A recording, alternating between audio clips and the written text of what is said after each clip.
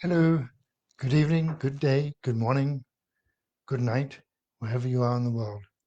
My name is David Regan. I'm a cardiac surgeon, and I'm also the director of the Faculty of Surgical Trainers for the Royal College of Surgeons of Edinburgh. I'm also delighted to be appointed as a visiting professor to the surgical department at Imperial College.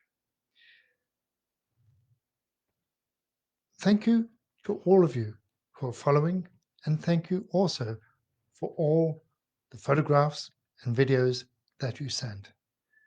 I'm delighted that it's making sense, and I look forward to seeing more.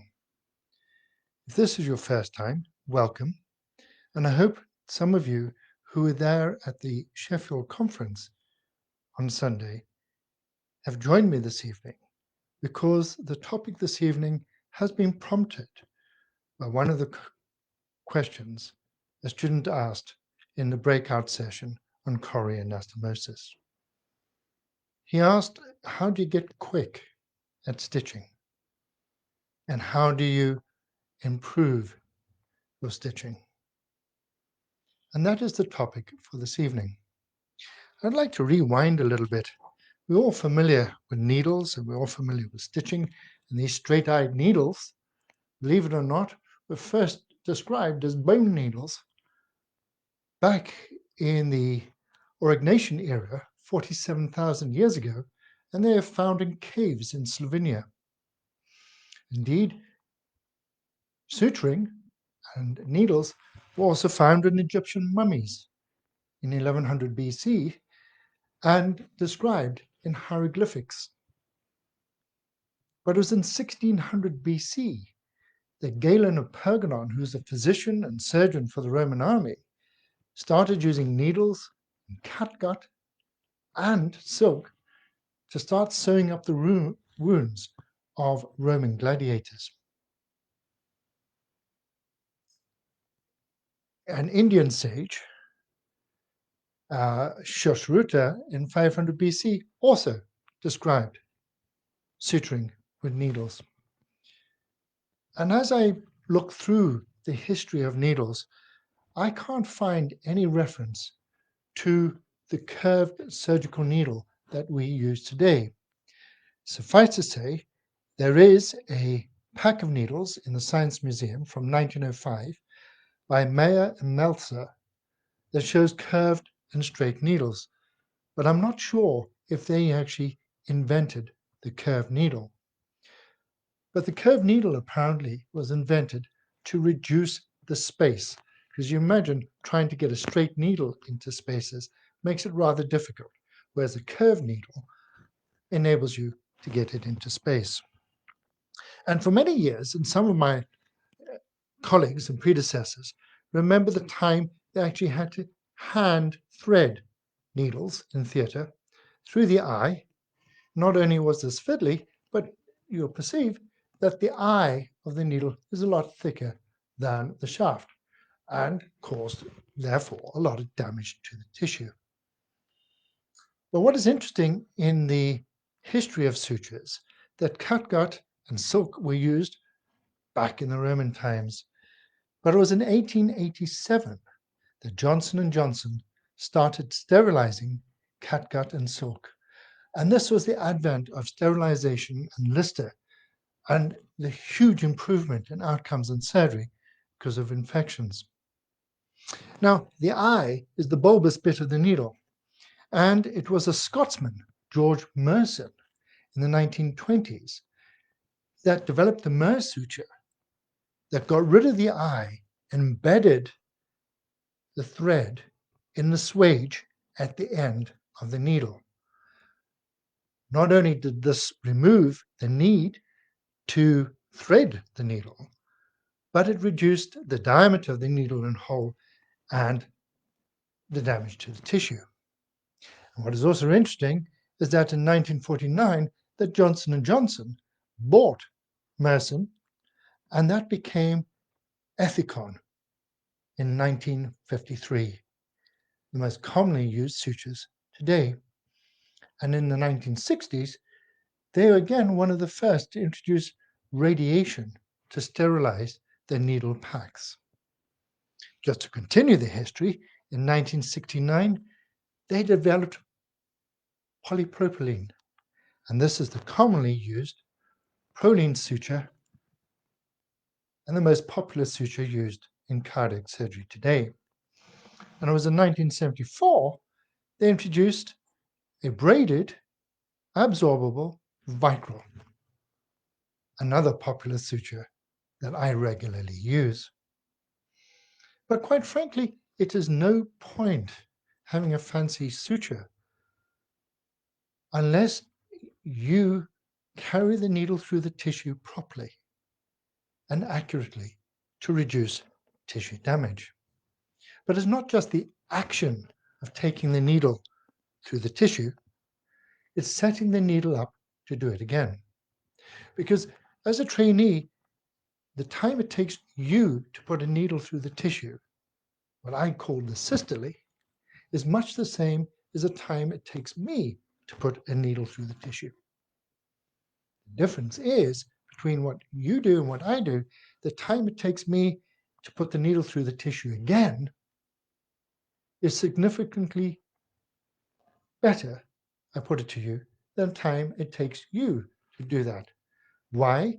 Because that element, that period, I refer to as diastole. And that is the setup period. And unless you address the setup on a regular basis, each and every time, no matter how hard you try, you will not get quick. And this is why I'm addressing this tonight, because one of the trainees asked in the breakout session on Sunday, how do you get quick at stitching? I do not want to see frenetic stitching. And as a trainer, I do not teach speed. What I want to teach you is attention to correctness and accuracy, such that you reduce your diastolic period and you'll find that you pick up a pace and a rhythm and a natural flow. Because good surgery is not fast frenetic surgery. It is flowing rhythmic surgery where you've reduced your diastolic time. And the mantra I use in theatre is no hesitation, deviation, interruption, or repetition. And all my trainees over the years will be able to reiterate that to you. So the important angle that I want you to remember throughout this is 90 degrees, as we've discussed before. The whole of your stitching is determined by the alignment of your needle at 90 degrees into the tissue, 90 degrees across what you want to do. And 90 degrees is actually very important. First of all, if you think of me stitching this bit of cloth, and if I hold it up to the light, I can see through the wop and weave of it. But if I come in with my needle at an angle, it's rather difficult to pass the needle through. But if I come at 90 degrees, it glides through easily because I've gone through that wop and weave of the tissue. Much in the same way, your elastin and collagen is there in the tissue. So the 90 degrees is not only good for the setup of the needle, as I'll explain, but 90 degrees into the tissue is the most atraumatic. Okay, so the needles are made on a circle, no matter how big or how small they are. And 90 degrees is the perfect angle because it's fourth part of the circle. And your job as a surgeon is to rotate that needle all the way through the tissue, cleanly on entry, on exit, because if you don't, you'll end up with an elliptical hole in the tissue with your thread in the middle, and that space is a bleed, microabscess, a spurter, and you end up having to put more stitches in. So how do you get perfect rotation of a curved needle? And I've shown you all the needles before of all sizes, but the principles are the same. Some needles are actually halfway around a circle, more than halfway around 5/8. Some of them are 3/8. That is the circumference of the needle.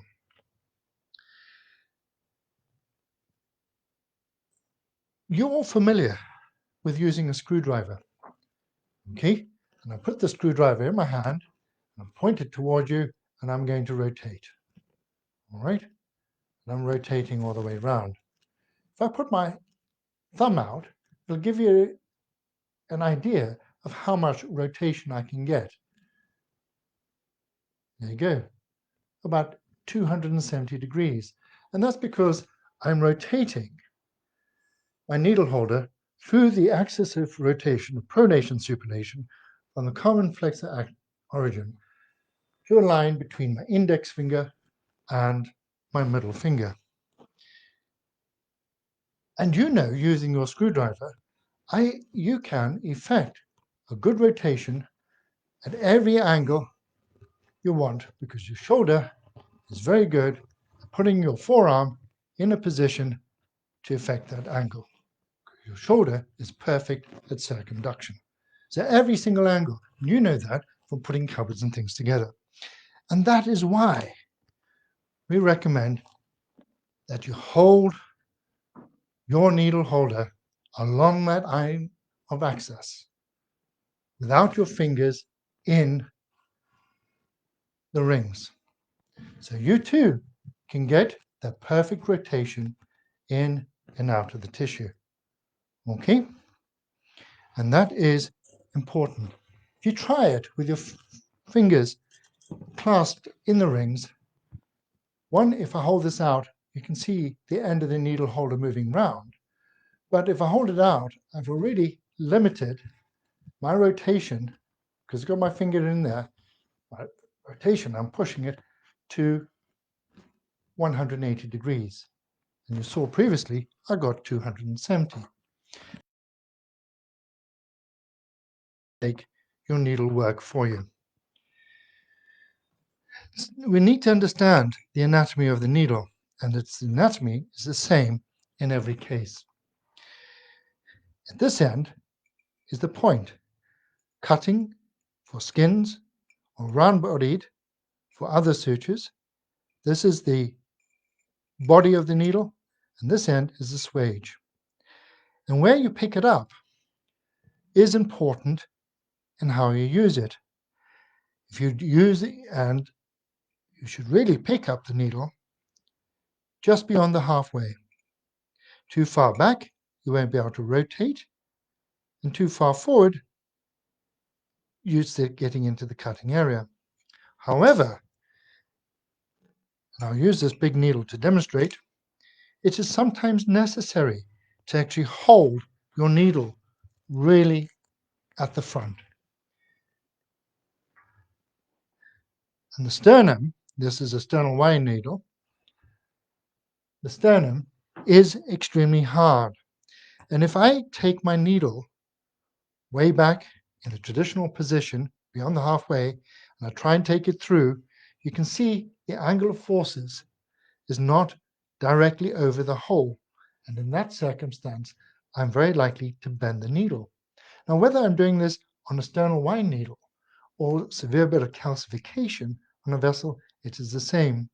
So the first trick to learn is to improve the accuracy, but also to improve the direct pressure, is hold it, clear the point, and I can therefore try and get this needle. Sometimes it is very difficult. I often wonder what the pressure is in pounds per square inch or Newton pressures to get that needle through at 90 degrees. And sometimes it can be extremely difficult. I'm having difficulty with a bit of this plaster, but it is just the same. So to get through atheromatous tissue, or to improve your accuracy, you can hold it closer to the point. We've discussed previously, this angle and mounting the needle is similar, it was exactly the same as the horizontal to your forearm when you're standing and standing up. So the important thing is you've got to place your needle 90 degrees across what you want to stitch. All right? You've got to rotate your needle back. And you see, if I'm holding it too far back, I am not able to get my needle 90 degrees into the tissue. So that's why I hold it just beyond the halfway. I can rotate it back all the way, and I can get it 90 degrees into the tissue. I hope you noted, as I rotated the needle back, I've placed the needle 90 degrees across what I wanted to stitch. I rotated back. In doing so, I've done something very important. I've unlocked the needle holder by using my opponent's polysis, but I keep it in my grasp by using my flexor's polysis to hold the needle still in position. And the reason to do this is to avoid that unnecessary drop of your arm when unlocking the needle. And this can be particularly problematic when stitching small vessels. So we rotate the needle back 90 degrees, and I've unlocked it as I'm rotating back. And you simply rotate it round again, and I'm using a full potato here, and make sure it comes out in the same plane opposite. And note that the needle is coming out at 90 degrees to the tissue. And most needles are held in position by the tissue, no matter where you're operating or what tissue you're operating on or how big your needle is. All you need to do is deliver that needle iteratively till you're just beyond the halfway, and at the same time, when you got there, reapply your needle and continue the rotation to deliver it out. Okay? And you should be set up ready to do it again. Now, the other secret to ensure that you're doing this correctly and to help you with your practice is to remember that the middle of the needle, I'll use the big needle here in this banana, the middle of the needle is not actually round. The middle of the needle is in fact slightly cuboidal. And this is of great benefit to the surgeon, because if you grab that carefully, the needle will spring in position for you. And this is very useful when thinking about stitching around the circle as we've done with the banana. I'm delivering it out. You see, the needle is held by the tissue. I'm taking it out iteratively, just beyond halfway, and I pick it up, and voila, there you go. I'm ready to use it again. And this is what I call the diastolic element, because you too can actually take your needle through the tissue at the same speed as I can. But are you practiced at picking it up just beyond the halfway, grabbing it slightly, delivering it, and bringing it out so you're ready to use it again? And that is the diastolic element. That is the diastole of what we're doing. To improve in your stitching is not to speed up rapidly the needle going through the tissue, but it's to think about how you're setting it up. I'm taking it just beyond halfway, I'm squeezing it slightly, and because of that cuboidal slope, it pops into position, and I'm ready to use again. So there's really no period of hesitation, deviation, interruption, or repetition. Now, one of the previous candidates watching this asked me, well, how do you actually change forehand and backhand without touching the needle? Well, the first thing to say is when you're operating, ensure that your needle doesn't leave that 2 centimeter radius of focus. And to switch it from forehand to backhand is simply gently place your needle on the surface and roll it over. Forehand, gently place your needle on the surface, and this again is practice on that, what I call the trigger point on your needle holder, and rolling it forehand and backhand. And you're pirouetting over the toe, and now changing this needle angle without having to touch the needle at all. All right? Because I believe when you bring your forceps in, and certainly witnessing people in the wet labs, that is where the problem lies. Forceps, quite frankly, getting the needle messes it up. So you see, I'm pirouetting it across the top. So your banana is over the top. So to practice your speed and rhythm, simply get a banana. You don't need a suture, needle holder, and a needle, and focus on the 90 degrees as previously described on all the vectors on the circle, delivering it just beyond the halfway. See, just beyond the halfway there, and I gently pick the needle up. I don't grab it because that cuboidal shape enables it to pop into position. All right? And you do it again. And you can see the banana will track, will definitely track your accuracy. I'm flipping to backhand now because I'm at the 4 o'clock as previously described, and I continue round. As a simple exercise. You can do this and practice your needle control and remove that wasted time and hesitation that I call diastole. Because heart, when it's in speeds up, when you look at it, it's a regular rhythm, like that in the chest. When it speeds up, diastole shortens, but systole stays the same. But the rhythm is still there and looks beautiful in a regular rhythm, no matter how fast it's going. So I'm putting this up. I haven't put the light on, and I'm hoping that you can see there's a 7/0 needle here in a poached egg in an arteriotomy simulation, and this is what I use for coronary stitching. Now, just to Castellievers are needle holders that have got a barrel, and you roll the barrel like that. And you're holding them a bit like forceps. You see, my index finger and thumb is extended down the barrel and it's resting in the first interosseous space. And I roll the barrel. It's a finger movement. Okay? Now, if you want to practice your fine stitching, I do commend to you the poached egg. And the principles exactly the same as the big needle. So, this is an arteriotomy. And another little trick with your needle. You can use the, don't be afraid of the point. You use your needle to actually lift the edge up and get that eversion. And I know I've rotated properly because it has come out at 90 degrees. And because it's come out at 90 degrees, I can deliver it, same principle, just beyond halfway, gently pick it up, and I'm ready to use again. I've removed that diastolic element. I note you heard my needle holder.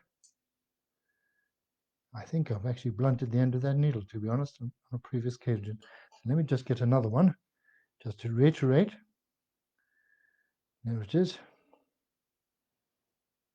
And you can practice the same pirouetting, forehand and backhand, on a wet, sticky surface of a poached egg. I have to laugh because one of my registrars once asked me, how do I poach an egg? Well, I know this is home skills, and if you do require, I will give you a recipe to poach an egg. So place across the edge of what you want to stitch. I'm rotating it back by rolling my fingers. I'm putting the point into the lumen and I'm lifting that edge up, lifting it away from the posterior wall. And I'm lifting it up and I'm rotating.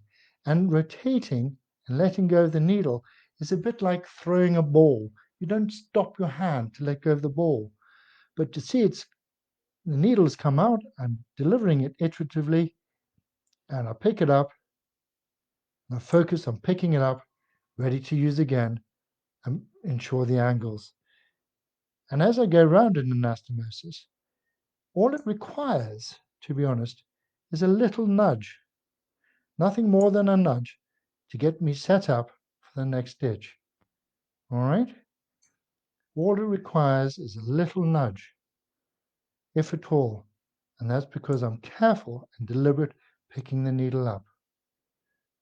And if you've seen my vascular anastomosis last week, There you go. This is the heel and toe. Now, lastly, we discussed holding the needle near the point to improve accuracy or get through something that is really hard.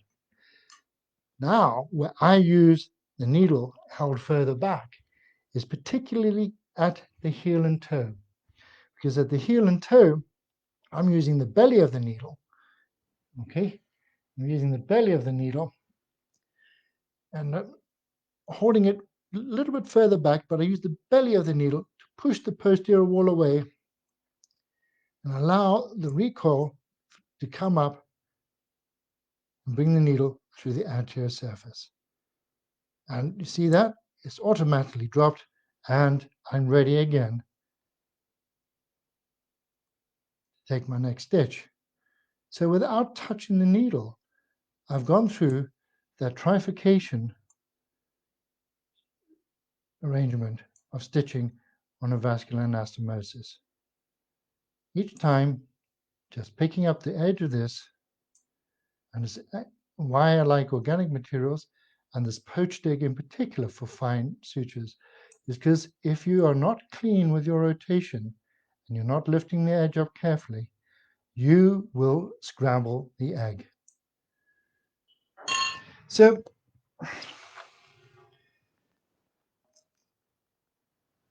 as I went round that anastomosis, and as I'm using the needle, I'm not making frenetic, jerky movements.